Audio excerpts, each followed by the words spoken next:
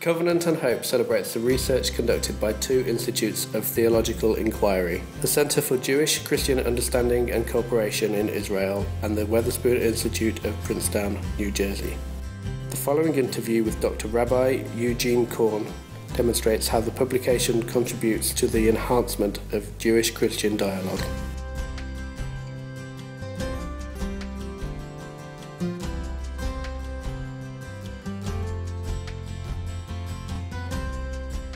Covenant and Hope is revolutionary because, first of all, it represents sustained thinking by Jews and Christians together about this topic.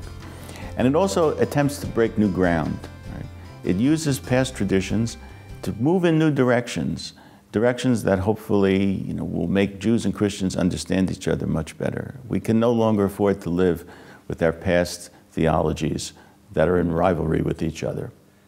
You have the first opportunity, first wonderful opportunity for religious Christians, theologically oriented Christians, and traditional faithful religious Jews, right, to see that they have a role to play together, right, as partners in the world, and they are no longer threats to each other. That's a whole new world that we need to think clearly about, to understand how we do this in a responsible way, so that faithful Christians can be stronger in their commitment to Christianity, and faithful Jews can be stronger to their commitment to be Jews.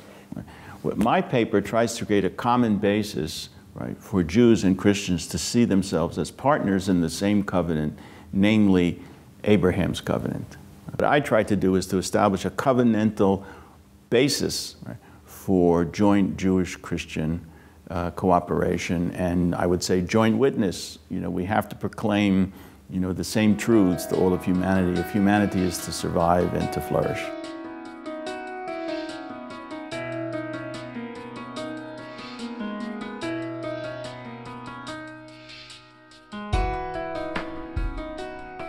For Christian tradition, right, the past tradition always meant that accepting Jesus and accepting the new covenant meant superseding the traditional Jewish covenant, and that Judaism and God's covenant with the Jewish people was no longer living, was no longer salvific.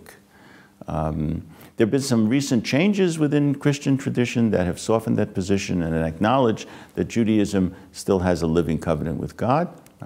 But the details and exactly how the universality of the church can exist with the living particular covenant with the Jewish people hasn't really been worked out. So in that sense, that has to happen from the Christian side. And from the Jewish side, Jews never considered Christianity to be a valid form of religion, that the new covenant simply had no role whatsoever in Jewish sacred history.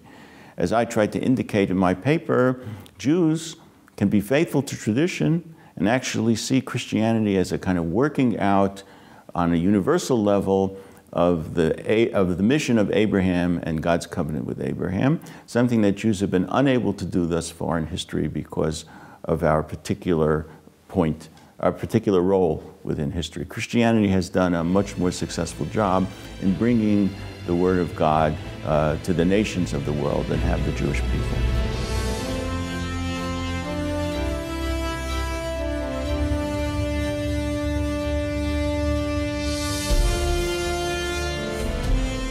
In modern times, very traditional rabbis, interestingly, conceded that Christianity, whereas might be prohibited to Jews because of the Trinity and Incarnation, were not only legitimate for Gentiles, but were actually very, very positive for world history and for Gentile morality and understanding of God.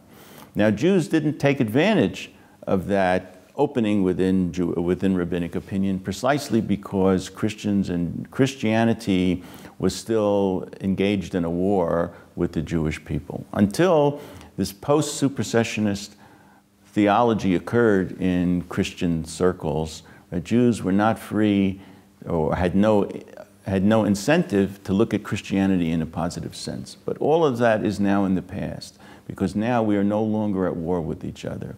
We need to get over the past and build a better future together through cooperation and partnership.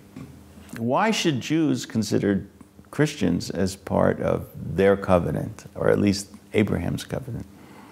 And the answer is that even according to the very traditional Orthodox early modern rabbis, right, they understood that Christianity was playing a divine role in history, that it was Christianity that brought the fundamental laws of divine morality to the pagan nations of the world, which Judaism did not do, because the Jewish people were very small and often persecuted people and therefore limited in its universal influence. But Christianity was successful in doing that. And they also saw that Christianity, while it maintained the Trinity, also believed in the same God of Israel as creator of heaven and earth, that God the Father for Christianity was rooted in the same biblical tenets and the same biblical narrative that, that informed Jews about how to believe about the creator of heaven and earth. They understood that that's the case. So even they, back in the 17th and 18th century, saw Christianity as playing this positive role within the Jewish covenant, so to speak, within the Abrahamic covenant. And I would argue further that it's imperative, given the forces of 21st century culture, postmodern culture, and given the political forces, both faithful Jews and faithful Christians have the same enemies that we need to fight, both on a spiritual level as well as on a physical level.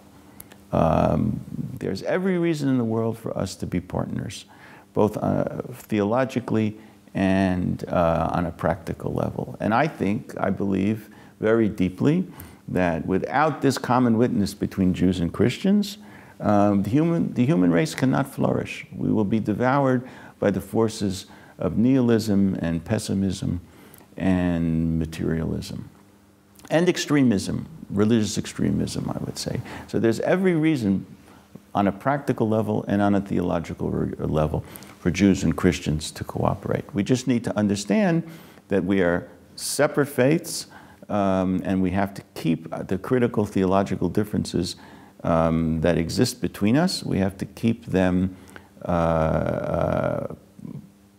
alive, at least until the Messianic era. When the Messiah comes, then who knows what will happen. But until then, Jews and Christians need to be faithful to their own traditions.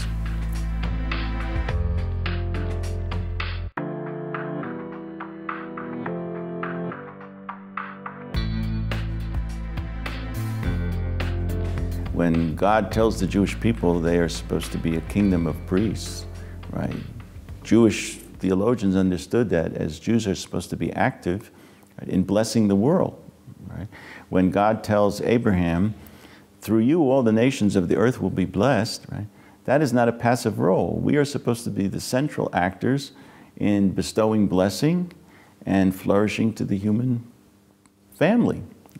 So it's true historically that Jewish tradition adopted a certain passive role, right? But that's counter to how I read the Torah and the biblical tradition. The biblical tradition demands of us that we be central actors in the stage of sacred history, right?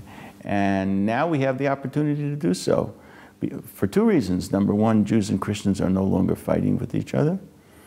And secondly, Jews have a certain political presence, a certain gravitas, a certain role as a nation within history in the state of Israel, right? And we have the ability to make our mark and to influence the world in a much more powerful way than in the past.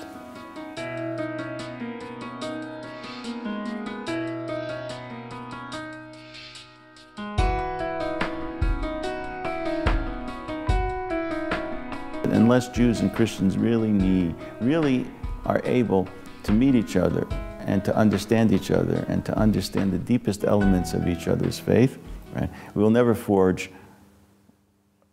effective partnerships. We need to be able to sit together and talk to each other and understand each other and understand what is common between us and what divides us. I think there's so much that's common between us that once we really begin to understand each other and not fear each other, right, we will be able to